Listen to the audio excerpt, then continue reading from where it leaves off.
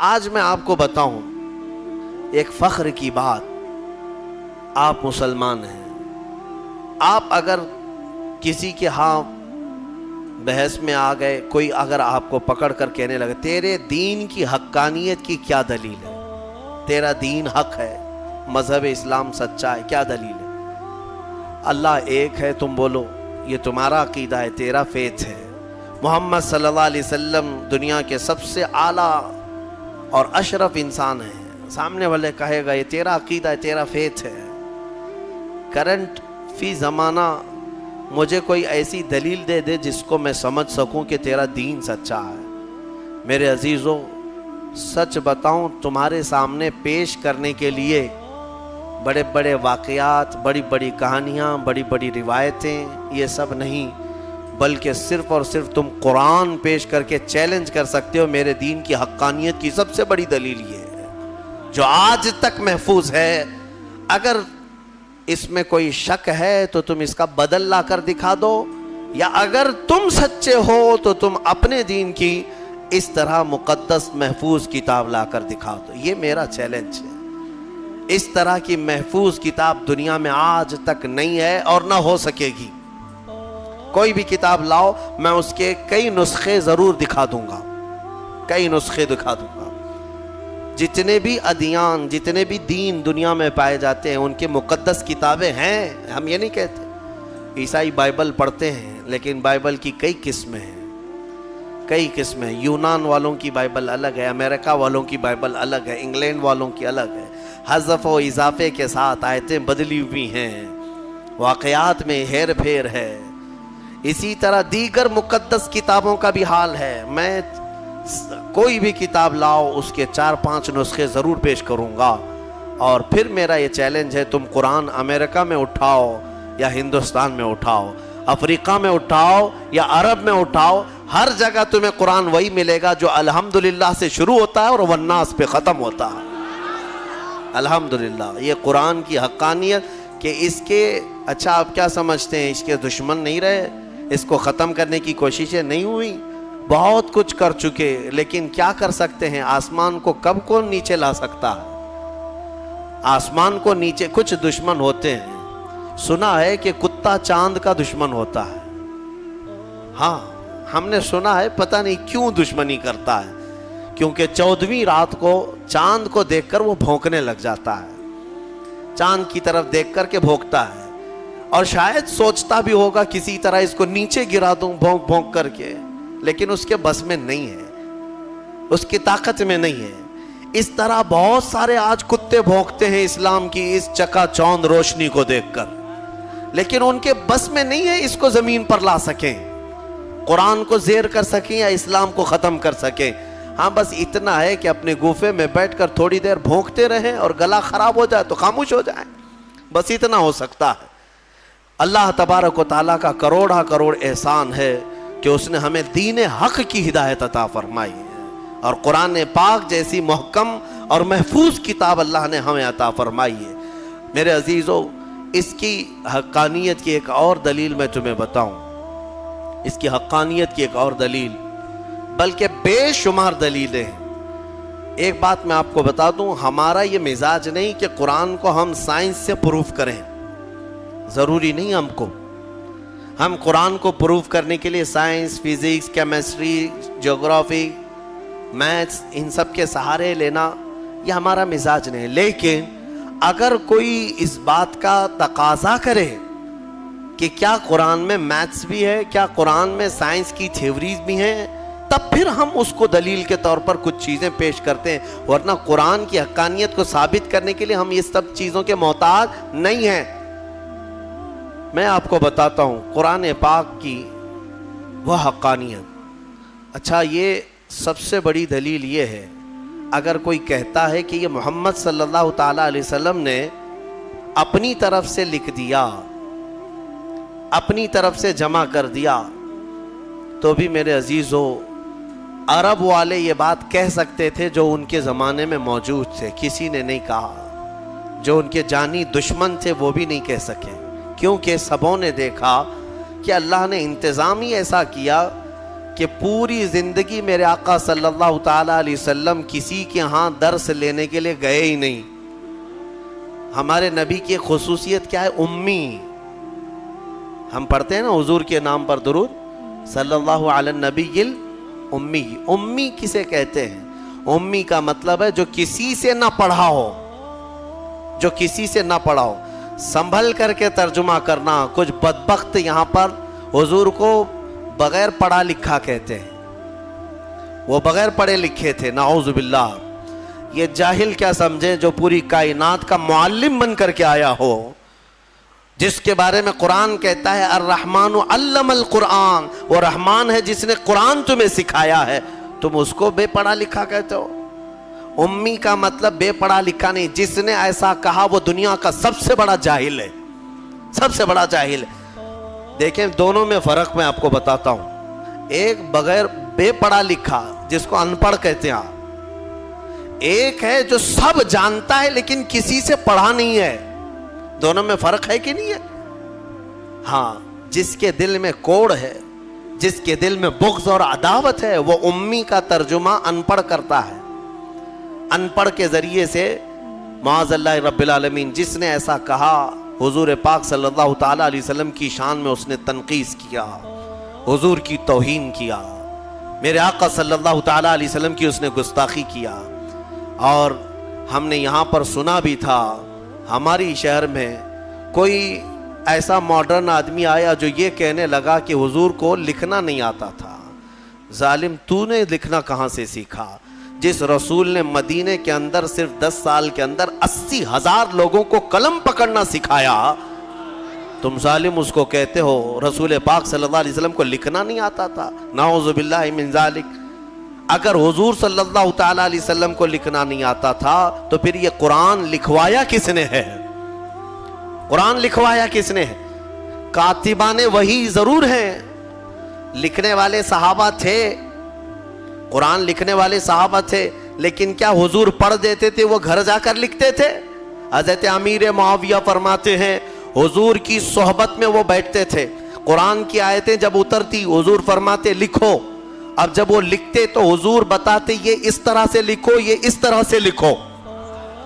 آیتوں کو کہاں سے کیسے لکھا جائے میرے آقا خود تعلیم فرماتے. یہ اور بات ہے کہ رسول کریم صلی اللہ تعالیٰ علیہ وسلم نے خود قلم نہیں اٹھایا، لیکن ہزاروں کو قلم پکڑنا خود سکھایا ہے میرے آقا نے. اور جو یہ کہتا ہے وہ ہمارے دل کو ٹھیس پہنچاتا ہے. اے سنی مسلمانوں، نبی پاک صلی اللہ تعالیٰ علیہ وسلم کو لکھنا نہیں آتا تھا. نعوذ باللہ من ذالک. قرآن جن کے بارے میں کہہ رہا ہے وَعَلَّمَكَ مَا لَمْ تَكُنْ تَعْلَمْ، اے رسول ہم نے آپ کو وہ سب سکھا دیا جو آپ نہیں جانتے تھے. اگر حضور لکھنا نہیں جانتے تھے تو اس آیت کے مطابق رب نے انہیں سکھایا کہ نہیں سکھایا؟ اللہ فرما رہے ہم نے وہ سب سکھا دیا. سب میں کیا کیا آیا؟ سب میں کیا کیا آیا؟ سب میں میرا اور تمہارا نام بھی آ گیا. ہاں، میرے رسول کو اللہ نے وہ بھی سکھا دیا کہ اتنے زمانے کے بعد یہ لوگ آئیں گے، فلاں آئیں گے. حضور کو اللہ نے سارے علوم سکھائے. اس میں لکھنا بھی ہے، پڑھنا بھی ہے، بولنا بھی ہے، سننا بھی ہے، ساری چیزیں آ گئی. علمک ما لم تکن تعلم.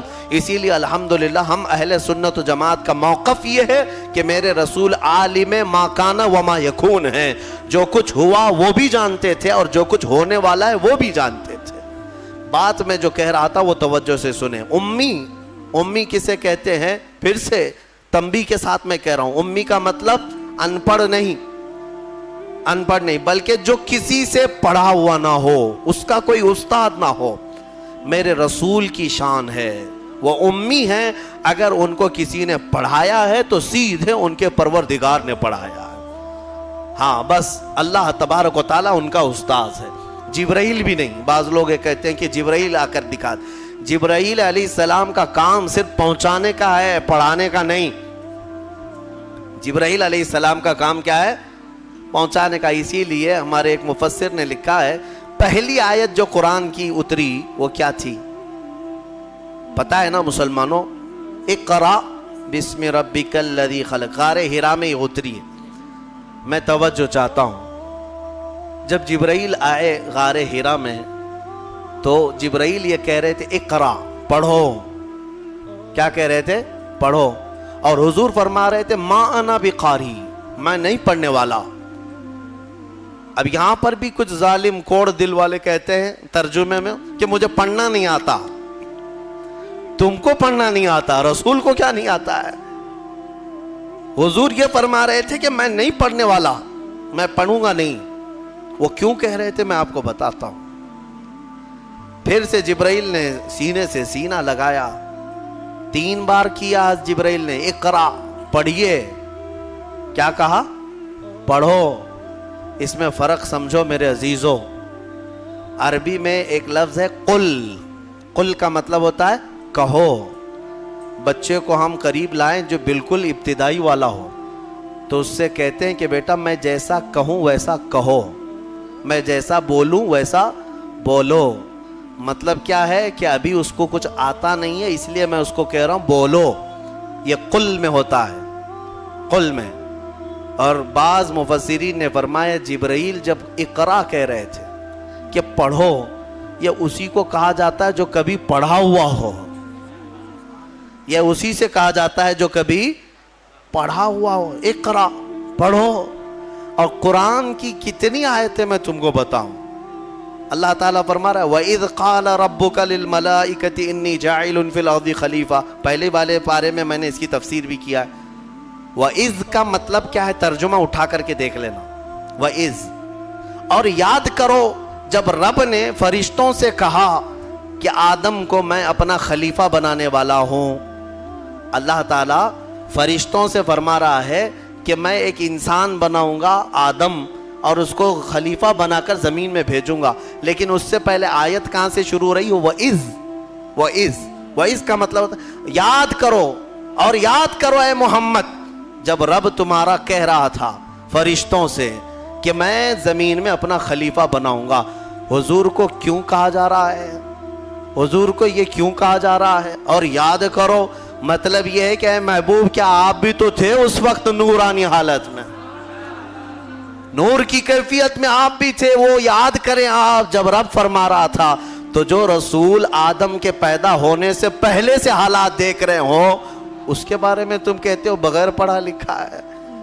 ہاں بہرحال مجھے جو بات عرض کرنی تھی وہ قرآن کی حفاظت کی, وہ یہ ہے کہ اللہ نے ایسے رسول پر یہ قرآن اتارا جو کسی سے پڑھا ہوا نہیں ہے. اور اس قرآن کی سب سے بڑی یہ دلیل ہے کہ رسول پاک صلی اللہ تعالیٰ علیہ وسلم پر ایسا قرآن اترا ہے جو عرب کے لٹریچر میں سب سے ہائی لیول کا لٹریچر ہے, سب سے ہائی لیول کا.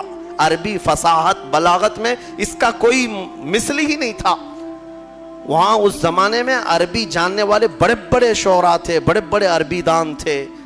حضور پاک صلی اللہ علیہ وسلم نے چیلنج کے لیے ایک بار خانہ کعبہ کے دروازے پر یہ سورہ بھی لگا دی تھی, انا اعطیناک الکوثر فصلی لربک وانحر ان شانئک هو الابتر. کوئی عرب کا شاعر ہے تو اس کا جواب لکھ کر کے لائے. اگر یہ شعر ہے, میرے شعر و شاعری ہے, تو تم اس شعر و شاعری سے اس کا جواب لکھ کر لاؤ. عرب والے جانتے تھے کہ اس کے اندر کتنے معنی ہیں, کتنے مفاہیم ہیں, اس طرح جمع کرنا ان کے بس میں نہیں تھا. ایک بہت بڑے شاعر کو لے آئے, بہت بڑا پڑھا لکھا ان کا فی البدی اشعار میں بات کرنے والا, اس کو کعبے کے پاس لائے اور کہا دیکھو محمد نے یہ لگایا ہے, اس کا جواب دینا ہے. اس شاعر نے غور سے دیکھا اور ایک لائن لکھ دیا, کہا یہ اس کے نیچے لگا دو. ایک لائن لکھ کر کے کہا اس کا جواب میری طرف سے یہ ہے. کیا تھا؟ آیت تو لکھی تھی فصلی لربک وانحر ان شانئک هو الابتر, اور شاعر نیچے لکھا ہوا تھا ما ھذا کلام البشر, یہ بشر کا کلام ہو ہی نہیں سکتا. اس نے نیچے لکھ کر کے کہا اس کا جواب یہی ہے کہ یہ بشر کا کلام نہیں ہو سکتا. اس وقت کے لوگوں نے اس کے اعجاز کو سمجھ لیا تھا قرآن عظیم کو, کہ یہ محمد صلی اللہ علیہ وسلم کا اپنے پیٹ سے نکالا ہوا نہیں ہے, یہ بلکہ یہ اللہ رب العزت کی طرف سے کوئی تو ہے جو ان پر اتار رہا ہے یہ آیتیں. آپ کو ایک حیرت کی بات میں بتاتا ہوں. امریکہ کا جو انکشاف ہوا یہ تو بہت سالوں بعد پتا چلا نا کہ اس طرف بھی ایک دنیا ہے.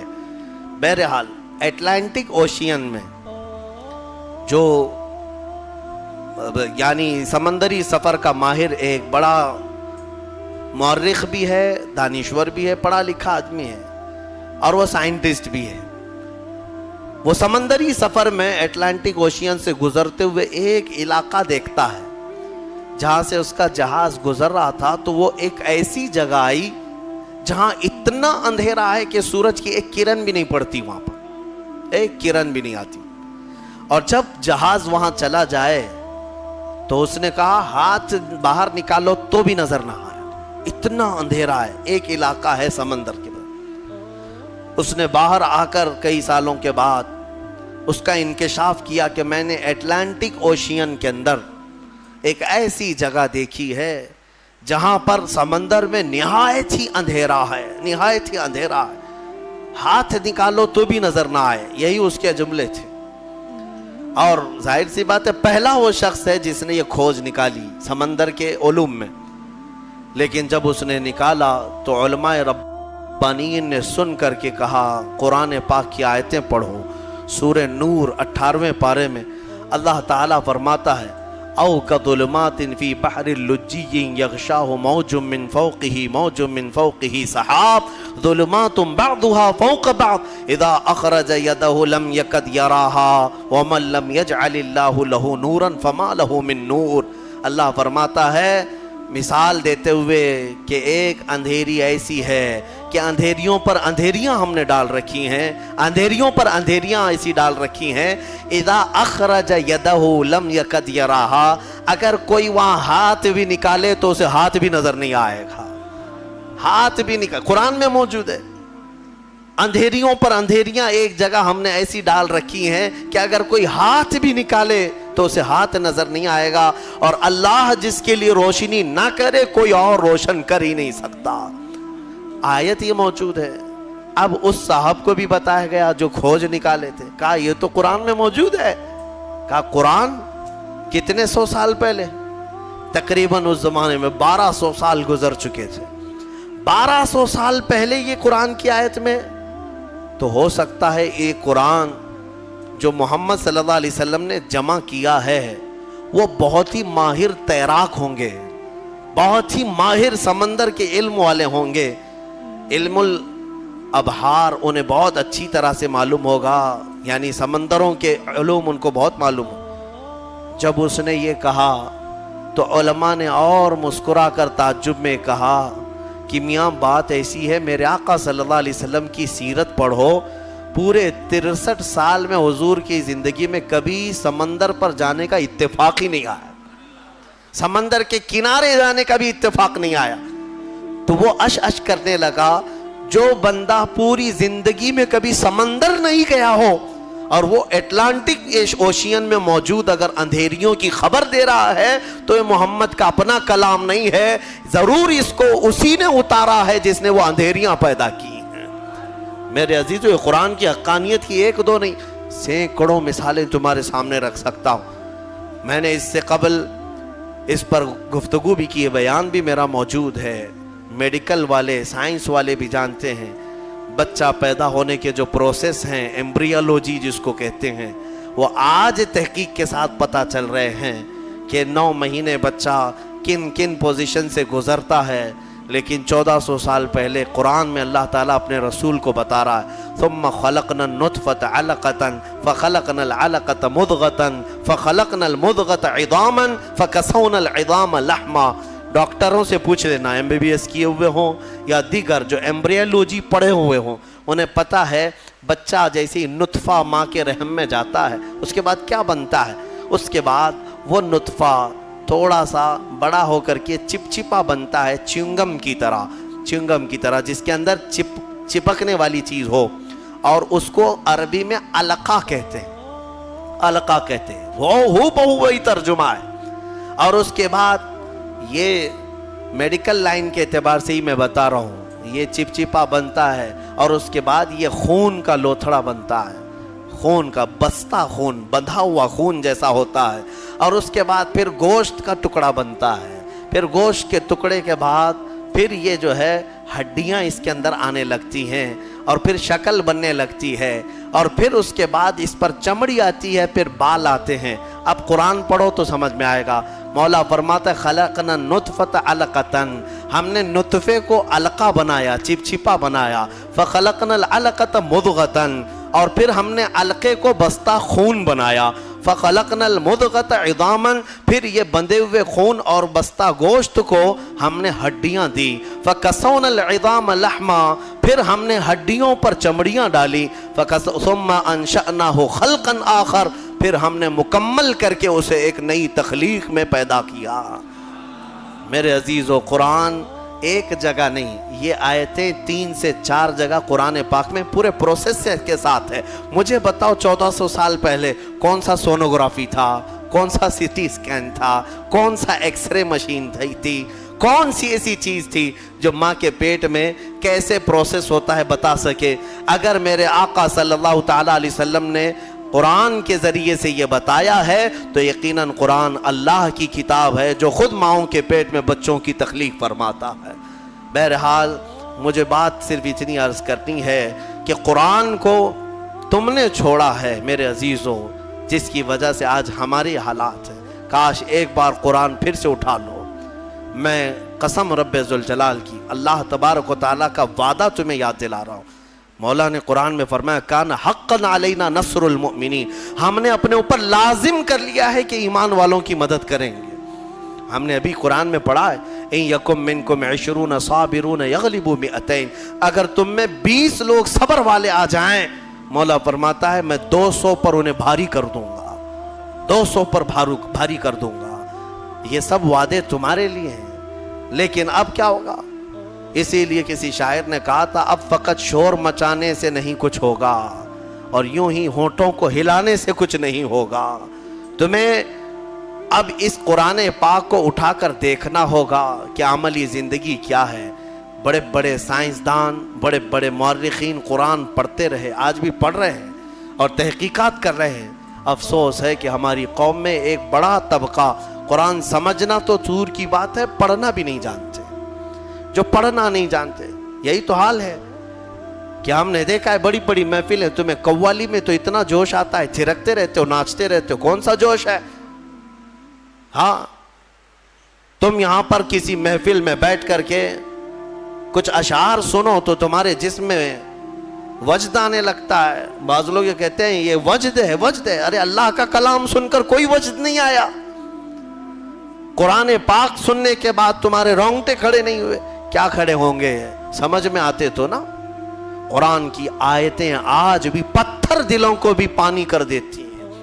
تمہیں پتا ہے فضیل بن عیاض اپنے زمانے کے بڑے ڈاکو، بغداد کے راستے پر جو بھی قافلہ گزرتا لوٹ مار کرتے تھے، لیکن ایک قاری قرآن اونٹ پر بیٹھ کر تلاوت کرتے ہوئے جا رہا تھا اور 27ویں پارے کی آیت تلاوت کر رہا تھا، أَلَمْ يَأْنِ لِلَّذِينَ آمَنُوا أَن تَخْشَعَ قُلُوبَهُمْ لِذِكْرِ اللَّهِ، کیا ایمان والوں کو ابھی وہ وقت نہیں آیا کہ اللہ کے ذکر سے ان کا دل ڈولنے لگ جائے، ہلنے لگ جائے، وہ توبہ کر لیں؟ اتنی آیت سنی تھی، فضیل بن عیاض کے ہاتھ کانپنے لگے۔ کیوں؟ عربی سمجھتے تھے، ڈاکہ زنی کرتے تھے لیکن عربی معلوم تھی۔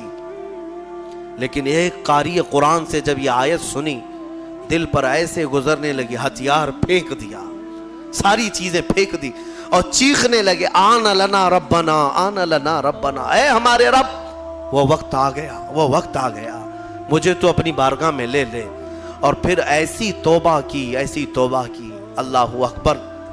اس کے بعد جو ان کی زندگی میں تبدیلی آئی جانتے ہیں؟ فضیل بن عیاض اولیاء کرام کی جماعت میں سند کا نام ہے۔ اتنا بڑا مقام ہے کہ سیدنا غوث اعظم عبد القادر جیلانی رضی اللہ تعالیٰ عنہ بھی ادب کیا کرتے تھے۔ فضیل بن عیاض کا نام آئے تو وہ کس سے ان کی زندگی بدلی؟ قرآن کی آیت نے بدل دیا۔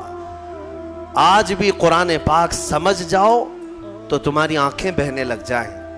یہاں تو تراویح کی 4 رکعت جسے بھاری لگتی ہو وہ قرآن کیا سمجھے گا؟ ہاں، لوگوں کو ایسا ہی لگتا ہے کہ بالکل شتابدی ایکسپریس والی جہاں تراویح ہوتی وہاں پڑھنا چاہیے، 15 منٹ میں پورا ہو جائے، کچھ بھی پڑھتا رہے ہو، عربی پڑھے کہ چائنیز پڑھے کہ جرمنی پڑھے، ہاں بس یہ ہے کہ تڑ جلدی سے نکالتے۔ مسلمانوں، کیا یہ بوجھ ہے تراویح جس کو تم اپنے کندھوں سے ہٹا کر بھاگنا چاہتے ہو؟ مزاج تو یہ بناؤ کہ قرآن ہمیں ویسا سنایا جائے جیسے رسول پاک کے زمانے میں سنایا جاتا۔ قرآن سنیں تو ہمیں رسول پاک کا مدینہ یاد آ جائے۔ قرآن کے نغمات آج بھی اس کی قراتیں لوگوں کو رلا دیتی ہیں، تمہیں اندازہ بھی نہیں ہے۔ کئی انگریز مصر میں نے دیکھا ہے، کئی انگریز جن کو قرآن سنایا گیا اور انہیں معلوم تھا تو وہ رو پڑے۔ ایک فرانس کا بہت بڑا ڈاکٹر تھا اسکندریہ میں، ایک ہمارے بڑے شیخ ہیں، وہ قرآن کی تلاوت کرتے تھے تو وہ اپنی ڈاکٹریٹ پہ بڑا فخر کرتا تھا، صرف وہ حضرت کی قرآن کی تلاوت سننے کے لیے وہ باہر کھڑا رہتا۔ کئی دن کے بعد وہ ساری چیزیں چھوڑ کر کے اندر آیا اور کہا، اس کی جو مٹھاس ہے اور اس کی جو لذت ہے مجھے دنیا میں کہیں نہ ملی، مجھے اسی دامن میں داخل کر لیا جائے۔ کئی ایسے لوگ ہیں جنہوں نے قرآن پاک کو سن کر کے اپنی زندگیاں بدل لی۔ تمہیں کیا ہو گیا؟ قرآن کو اتنا اوپر رکھ دیا کہ ہاتھ بھی نہ جائے۔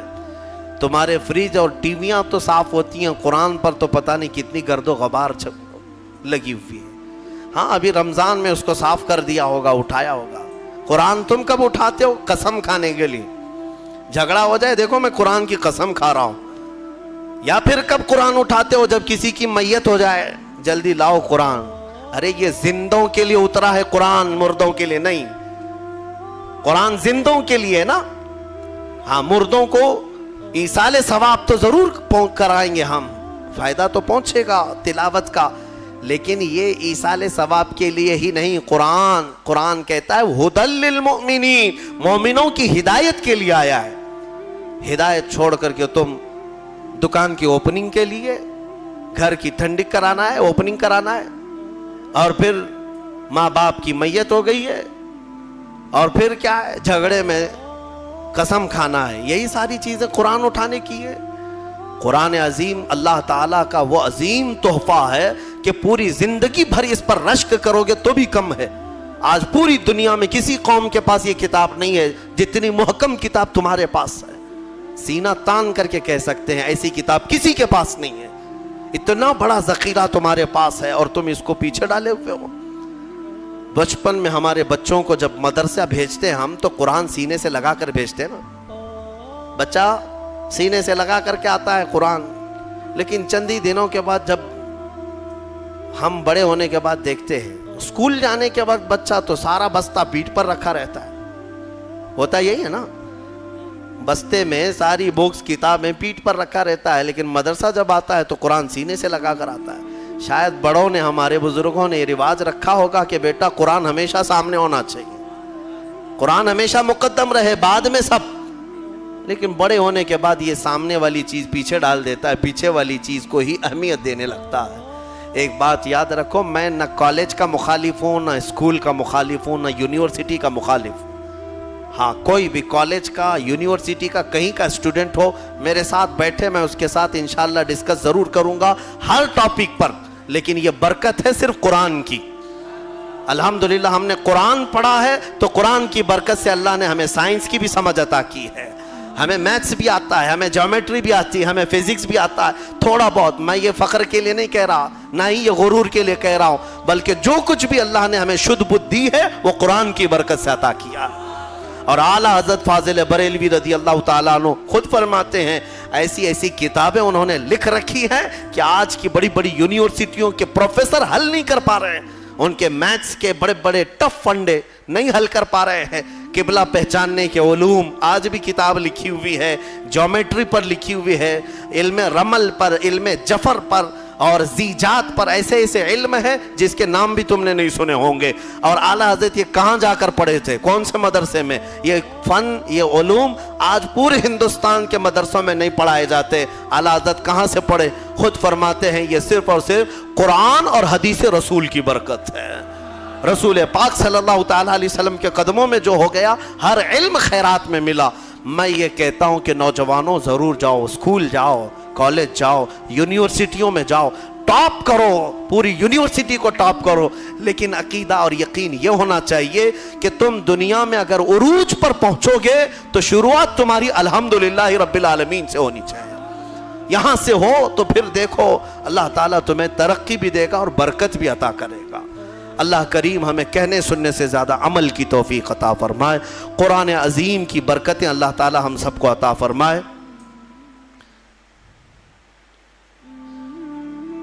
ایک سوال ہے، یہ ہر نماز کے بعد یہاں پر جو تسبیح پڑھی جاتی ہے سبحان اللہ وبحمدہ سبحان اللہ العظیم وبحمدہ استغفر اللہ، یہ بخاری شریف کی حدیث ہے، بخاری شریف کی حدیث ہے، صحیح کتاب۔ حضور پاک صلی اللہ تعالیٰ علیہ وسلم نے فرمایا جس نے دن میں یہ 100 مرتبہ پڑھ لیا، دن بھر جو کچھ بھی کیا گیا تھا سب اللہ معاف فرمائے گا۔ تو رواج یہ دیا جاتا ہے کہ 5 وقت کی نمازوں میں اگر تم سے 50 یا 55 مرتبہ ہو جائے، 11 مرتبہ پڑھتے ہیں، باقی کا بچا ہوا اپنے رات میں سونے کے وقت پڑھ لو تاکہ دن بھر کی خطائیں معاف ہو جائیں۔ اور بخاری شریف کی سب سے آخری حدیث جس پر ختم بخاری ہوتی ہے اور اس کی تلاوت کے بعد دعائیں قبول ہوتی ہیں، بزرگوں نے فرمایا بخاری شریف کا جب ختم ہوتا ہے نا، جیسے ختم قرآن بھی ہے نا، شب قدر کو ختم قرآن کی محفل ہوتی ہے، بخاری شریف کی ختم کی بھی محفل ہوتی ہے، اور بزرگوں نے فرمایا ختم بخاری کے وقت جو حدیث آخری پڑھی جاتی ہے اس وقت مجمع میں جو بھی دعا کرے گا اللہ اس کی دعا قبول کرے گا۔ وہ کیا پڑھی جاتی ہے؟ بخاری شریف کی آخری حدیث، میرے آقا صلی اللہ علیہ وسلم نے فرمایا کلمتان حبیبتان الی الرحمن خفیفتان علی اللسان ثقیلتان فی المیزان سبحان اللہ وبحمدہ سبحان اللہ العظیم۔ میرے آقا فرماتے ہیں 2 کلمے ایسے ہیں جو رحمان کو سب سے زیادہ پیارے ہیں اور زبان پر سب سے ہلکے ہیں اور میزان میں سب سے بھاری ہیں۔ زبان پر بہت ہلکے ہیں، میزان پر سب سے بھاری ہیں۔ وہ 2 کلمے کیا ہیں؟ میرے آقا فرماتے ہیں سبحان اللہ وبحمدہ ایک کلمہ، سبحان اللہ العظیم دوسرا کلمہ۔ یہ ایک دوسری حدیث میں آگے وبحمدہ استغفر اللہ کا بھی اضافہ ہے۔ بہرحال یہ اس کی فضیلت آپ نے پوچھا اس لیے میں نے عرض کیا۔ آج بھی بحمدہ تعالی خانہ کعبہ کے پاس کثرت سے پڑھی جانے والی تسبیح بھی یہی ہے۔ پورے خانہ کعبہ کے غلاف پر اگر کوئی تسبیح لکھی ہوئی ہے تو صرف سبحان اللہ وبحمدہ سبحان اللہ العظیم، یہی آپ دیکھیں گے۔ اللہ تبارک و تعالی اس تسبیح کی برکت سے ہمارے گناہوں کو معاف فرمائے۔